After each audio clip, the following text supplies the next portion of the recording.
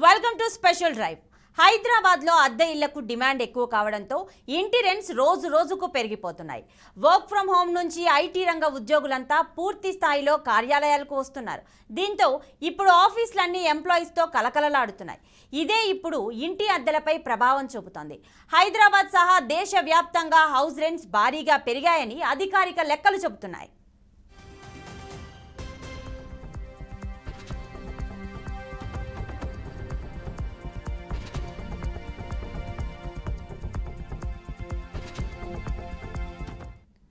హైదరాబాద్లో లగ్జరీ అద్దె ఇళ్లకు డిమాండ్ బాగా పెరిగింది. ఇదే సమయంలో గ్రేటర్ సిటీలో డబుల్ బెడ్రూమ్ ఇళ్లకు బాగా డిమాండ్ ఏర్పడింది. మొత్తం గృహాల రెంట్ మార్కెట్లో డబుల్ బెడ్రూమ్ ఇళ్ల వాటా 55% ఉండగా సింగిల్ బెడ్రూమ్ వాటా 23%గా, ట్రిపుల్ బెడ్రూమ్ అద్దె ఇళ్ల డిమాండ్ 20%గా ఉంది. ఈ క్రమంలో హైదరాబాద్లో ఇంటి అద్దెలు సగటున 5% పెరిగినట్లు లెక్కలు చెబుతున్నాయి.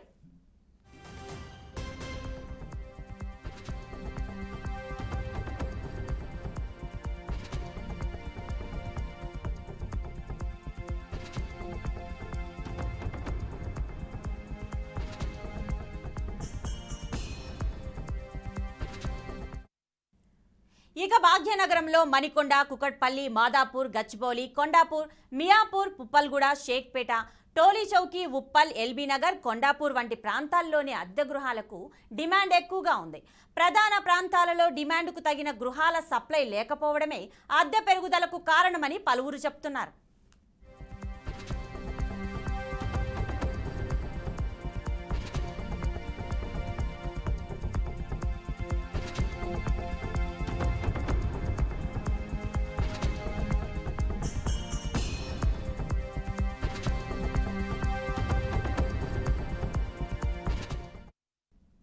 ఇక హైదరాబాద్లో ఇలాంటి అద్దెలు పెరగడం సామాన్య మధ్యతరగతి వారిని ఆందోళనకు గురి చేస్తోంది.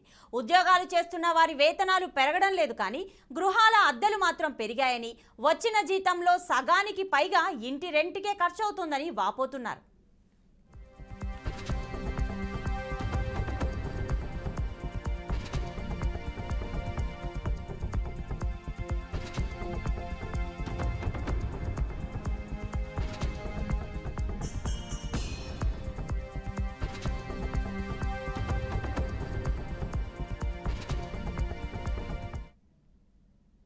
ఇక హైదరాబాద్లో ఇంటి అద్దెలు పెరగడం సామాన్య మధ్యతరగతి వారిని ఆందోళనకు గురి చేస్తోంది. ఉద్యోగాలు చేస్తున్న వారి వేతనాలు పెరగడం లేదు, కానీ గృహాల అద్దెలు మాత్రం పెరిగాయని, వచ్చిన జీతంలో సగానికి పైగా ఇంటి రెంటే ఖర్చు అవుతుందని వాపోతున్నారు. సో ఇదే అంశం గురించి పూర్తి సమాచారం మా ప్రతినిధి ప్రవీణ్ అందిస్తారు. ప్రవీణ్, చెప్పండి.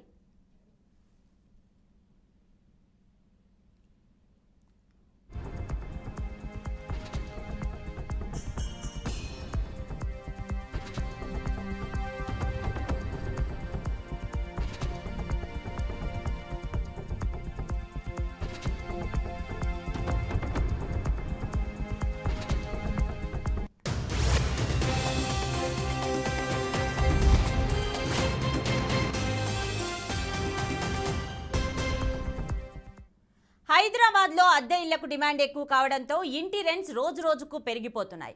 వర్క్ ఫ్రం హోమ్ నుంచి ఐటీ రంగ ఉద్యోగులంతా పూర్తి స్థాయిలో కార్యాలయాలకు వస్తున్నారు. దీంతో ఇప్పుడు ఆఫీసులన్నీ ఎంప్లాయీస్తో కలకలలాడుతున్నాయి.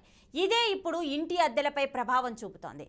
హైదరాబాద్ సహా దేశవ్యాప్తంగా హౌస్ రెంట్స్ భారీగా పెరిగాయని అధికారిక లెక్కలు చెబుతున్నాయి.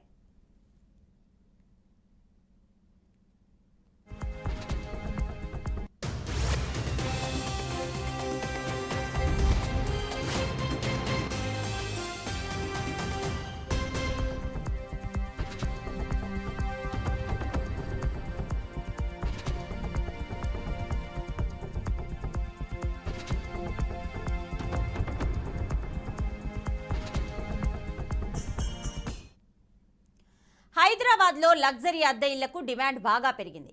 ఇదే సమయంలో గ్రేటర్ సిటీలో డబుల్ బెడ్రూమ్ ఇళ్లకు బాగా డిమాండ్ పెరిగింది.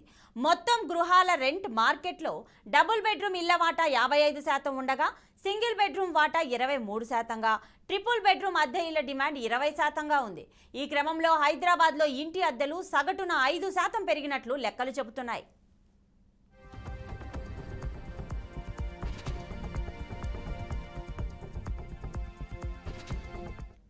ఇక భాగ్యనగరంలో మణికొండ, కుకట్పల్లి, మాదాపూర్, గచ్చిబౌలి, కొండాపూర్, మియాపూర్, పుప్పల్గూడ, షేక్పేట, టోలీచౌకి, ఉప్పల్, ఎల్బీ నగర్, కొండాపూర్ వంటి ప్రాంతాల్లోని అద్దె గృహాలకు డిమాండ్ ఎక్కువగా ఉంది.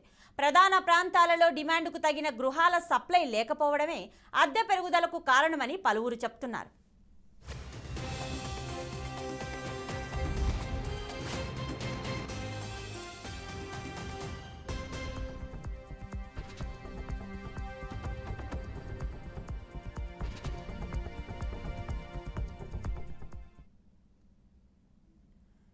స్పెషల్ డ్రైవ్లో స్మాల్ బ్రేక్ తీసుకుందాం.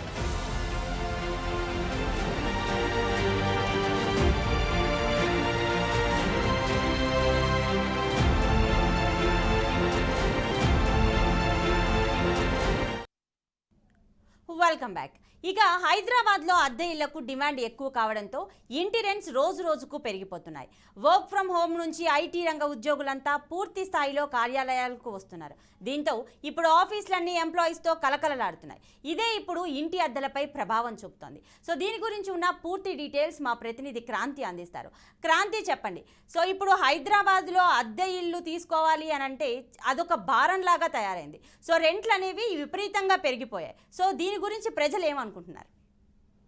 రైట్, ప్రస్తుతానికి చూడొచ్చు, మనం గత 2-3 సంవత్సరాల కింద చూసుకున్నట్లయితే కరోనా సమయంలో అన్ని ఆఫీసులు కావచ్చు, మిగతా ఐటీ ఉద్యోగులు అందరికీ వర్క్ ఫ్రమ్ హోమ్ ఇచ్చారు. కానీ ఇప్పుడు ప్రస్తుతానికి మనం గత 6 నెలల నుంచి చూసుకుంటే ప్రతి ఎంప్లాయీస్ కూడా ఇప్పుడు వర్క్ ఫ్రమ్ హోమ్ తీసేసి వర్క్ టు ఆఫీస్ అనేసి పెట్టేసరికి మిగతా, ఎందుకంటే ఆ కోవిడ్ సమయంలో ఉన్న ఉద్యోగులు హైదరాబాద్ని విడిచి సొంత ఊరికి వెళ్ళేసి అక్కడే వర్క్ ఫ్రమ్ హోమ్లో చేశారు. కాబట్టి మళ్ళీ తిరిగి అందరు ప్రయాణం కట్టేసరికి హైదరాబాద్లో మాత్రం రెంట్ల పరంగా చూసుకుంటే విపరీతంగా పెరిగాయనేసి అని చెప్పుకోవచ్చు. ఒకలా ఇది ఉంటే మాత్రం ఇంకోటి బ్యాచిలర్స్కి కూడా రూమ్స్ దొరకడం చాలా కష్టంగా అనేసి చెప్పుకోవచ్చు.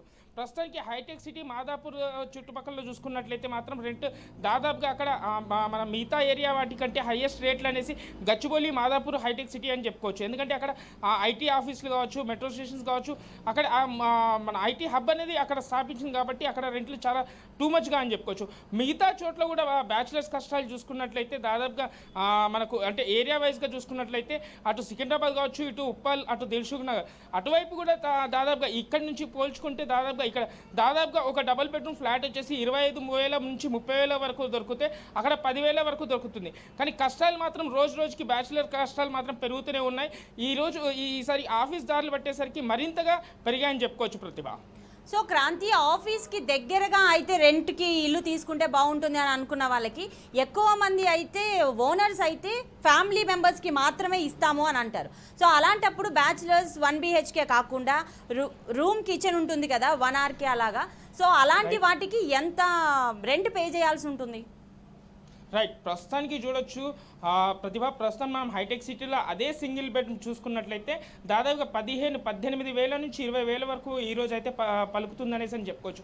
అది కూడా బ్యాచిలర్స్ ఉన్న వాళ్ళకు కూడా దానికి టర్మ్స్ అండ్ కండిషన్ చాలా, వాళ్ళు దాదాపుగా ఇద్దరే ఉండాలి లేదంటే ముగ్గురే ఉండాలి అనుకుంటా ఇలా ఎన్నో మన టర్మ్స్ అండ్ కండిషన్ పెడుతూ ఉంటారు. బికాస్ అదే ఫ్యామిలీకి అయితే మాత్రం చూసుకున్నట్లయితే 15,000 కూడా దొరకవచ్చు. బట్ ఇక్కడ బ్యాచిలర్స్ వాళ్ళు 4 రావచ్చు, 5 రావచ్చు అనే ఉద్దేశంతో వాళ్ళు రెంట్లు పెంచడం, ఆ చుట్టుపక్కలలో కూడా ఈరోజు చూసుకున్నట్లయితే మాదాపూర్ కావచ్చు, గచ్చిబౌలి, ఇటు అమీర్పేట్లో ఇప్పుడు విద్యార్థులు కూడా ఎడ్యుకేషన్ పరంగా చూసుకున్నట్లయితే మనకు SR నగర్, అమీర్పేట్, కుకట్పల్లి ఇదంతా ఎడ్యుకేషన్స్ పరంగా అయ్యేసరికి ఇటు ఐటీ ఉద్యోగులు కావచ్చు, ఇటు విద్యార్థులు కావచ్చు, అక్కడ బ్యాచిలర్స్ రూమ్లకు మాత్రం చాలా అతి కష్టంగానే ఉంటుంది. మాదాపూర్కి ఇంకా మరి కుకట్పల్లి, అమీర్పేట్లకు చూసుకుంటే అయితే దాదాపుగా అక్కడ 15,000 దొరికేది ఇక్కడ 12,000 దొరుకుతుంది. కానీ అదే విషయంలో చూసుకున్నట్టయితే ఇప్పుడు డబుల్ బెడ్రూమ్ ఫ్లాట్ దాదాపుగా హైటెక్ సిటీ మాదాపూర్లో చూసుకుంటే 35,000 తక్కువ ఎక్కడ లేవనేసి అని చెప్పుకోవచ్చు. ఎందుకంటే అక్కడ సౌకర్యాలు అన్ని ఇప్పుడు సూపర్ మార్కెట్లు కావచ్చు, లేదంటే షాపింగ్ మాల్స్ కావచ్చు, ఐటీ కంపెనీలు కావచ్చు, లేదంటే ఇటు మన మెట్రో స్టేషన్స్ కావచ్చు, అందరికీ అందుబాటులో ఉండడం వల్ల ఈ ఏరియాలకు మాత్రం చాలా పలుకుబడేసి అనేసి చెప్పుకోవచ్చు రెంట్ల పరంగా. సో మామూలుగా అయితే సామాన్యులకి, మధ్యతరగతి వాళ్ళకి కూడా ఈ రెంట్స్ అనేవి కొంచెం భారంగానే మారుతూ ఉంటాయి. సో అలాంటిది కొంచెం ఎక్స్పెన్సివ్గా లగ్జరీ అపార్ట్మెంట్స్కి వెళ్ళాలి అని అనుకుంటే అక్కడ రెంట్తో పాటు మెయింటెనెన్స్, ఇంకా పవర్ బిల్స్ ఇవన్నీ కూడా సపరేట్గానే ఉంటాయి.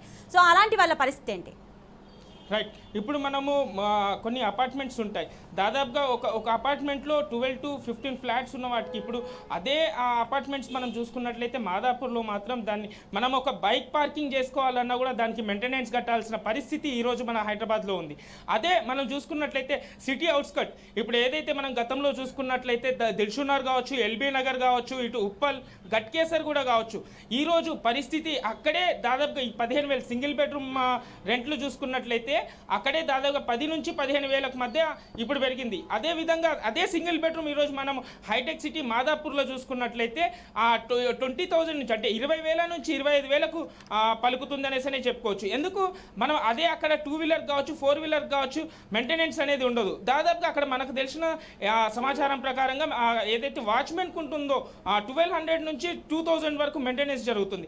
బట్ అదే మాదాపూర్, గచ్చిబౌలి, హైటెక్ సిటీ ఇక్కడ ఈ మున్సిపల్ దీంట్లో చూసుకున్నట్లయితే మాత్రం దాదాపుగా మెయింటెనెన్స్ పరంగానే ఇటు 2 వీలర్ కావచ్చు, లేదంటే జనరేటర్స్కి సంబంధించి కావచ్చు, లేదు కార్ పార్కింగ్కి కావచ్చు, ఇలా స్విమ్మింగ్ పూల్ కావచ్చు, లేదంటే ఇండోర్ గేమ్స్, అవుట్డోర్ గేమ్స్ కొన్ని అపార్ట్మెంట్లో చూసుకుంటే ఇది ఎందుకంటే ఇది టోటల్గా విఐపి ఏరియాస్ ఉండే ఏరియా అనేసి అని చెప్పుకోవచ్చు. జూబ్లీ హిల్స్, మాదాపూర్, హైటెక్ సిటీ దీంట్లో మెయింటెనెన్స్ దాదాపుగా 10,000 వరకు మెయింటెనెన్స్ పే చేయాల్సిన రోజులు వచ్చేసినాయి ప్రతిభ. సో ఇప్పుడు ఆ లగ్జరీ అపార్ట్మెంట్స్లో ఇంతింత రేట్లు పెట్టి ఫ్యామిలీ ఉండడం కంటే సో ఎవరైతే బ్యాచిలర్స్ ఉంటారో వాళ్ళైతే ఒక 4-5 ఉంటారు కాబట్టి వాళ్ళు షేర్ చేసుకొని ఉండే అవకాశం ఉంది కదా.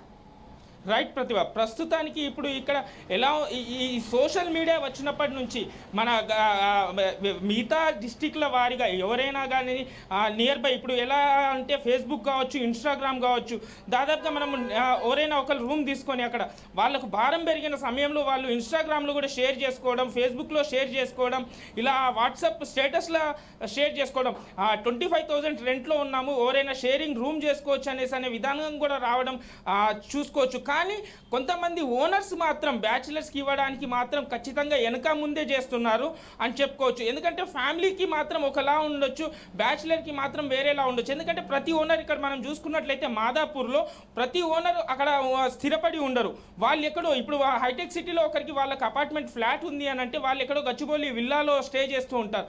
ఎవరు దగ్గరికి వచ్చి చూస్తారు, ఎవరు ఎప్పటికీ చూసుకుంటారు అన్న సందర్భంలో వీళ్ళు ఏం చేస్తారు, దాదాపుగా బ్యాచిలర్కి కాకుండా ఎక్కువ శాతం 80% ప్రిఫరెన్స్ మాత్రం ఫ్యామిలీకి మాత్రమే ఇస్తున్నారని చెప్పుకోవచ్చు ప్రతిభ. సో క్రాంతి, మామూలుగా లగ్జరీ అపార్ట్మెంట్స్ అని అంటే వాళ్ళకి 1 ఇయర్కి ఒకసారి అగ్రిమెంట్ అనేవి రాస్తూ ఉంటారు. సో ఇప్పుడు సామాన్యులు ఉండడానికి వీలుగా లగ్జరీ కాకుండా నాన్ లగ్జరీ అపార్ట్మెంట్స్ అయితే సో అక్కడ రూల్స్ అండ్ రెగ్యులేషన్స్ ఎలా ఉంటాయి? రైట్. ఇప్పుడు మనం ఇక్కడ మాదాపూర్ ఈ విఐపి ఏరియాస్లలో చూసుకున్నట్లయితే ఐటీ కంపెనీలు ఉన్న ప్రదేశాలు దాదాపుగా మనం చెప్పుకోవచ్చు.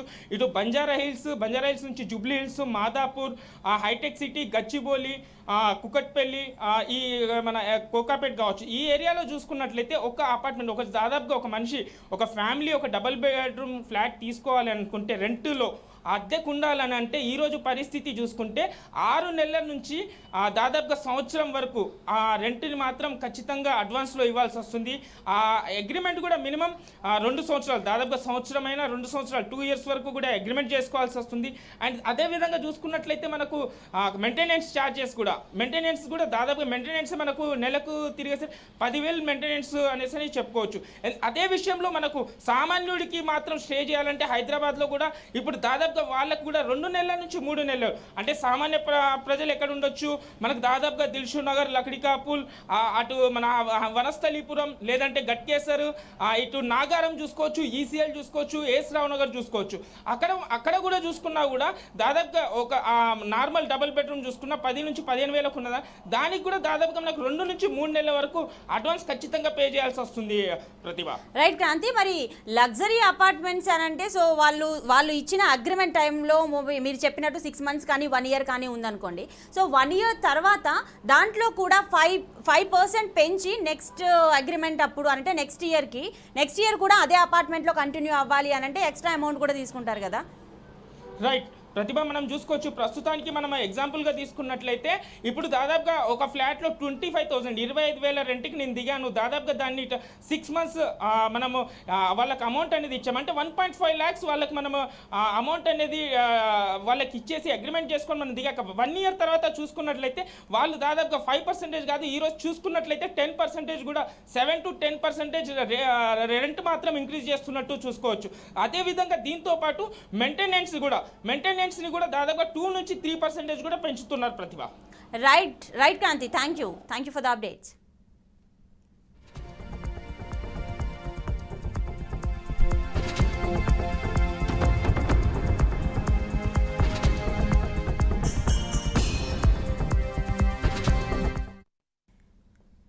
ప్రధాన ప్రాంతాల్లో డిమాండ్కు తగిన గృహాల సప్లై లేకపోవడమే అద్దె పెరుగుదలకు కారణమని పలువురు చెప్తున్నారు. ఇది ఇవాల్టి special drive. Keep watching BRK news తెలుగుడి సత్తా.